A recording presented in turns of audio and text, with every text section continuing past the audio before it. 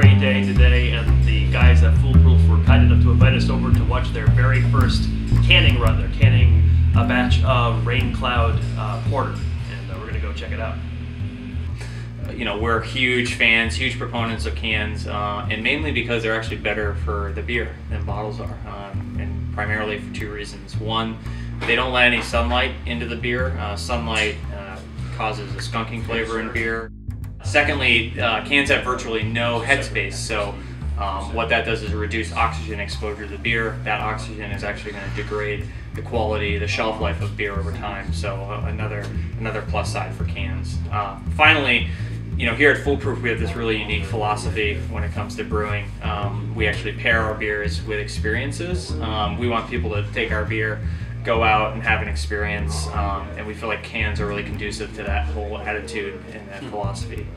Literally every beer we brew is paired with an experience, or I should say is a tribute to a sacred drinking experience. So those experiences are reflected in the names of the beer. So Barstool, like you said, it's really designed for a night out with your friends. It's a session beer.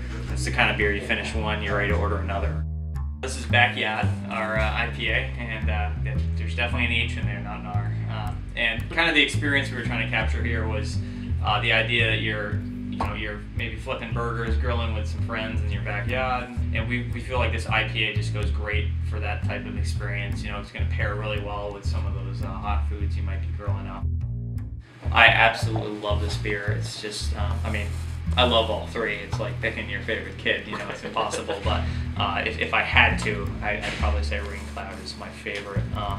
And as the name implies, the experience we were going for there was the rainy day beer. You know, it's pouring outside, you don't want to leave the house, maybe you just want to watch a good movie, put your feet up, read a good book, and we thought, you know, a nice robust porter would be a perfect fit for that concept, for that experience. This is our strongest year-round offering, 6.5% alcohol.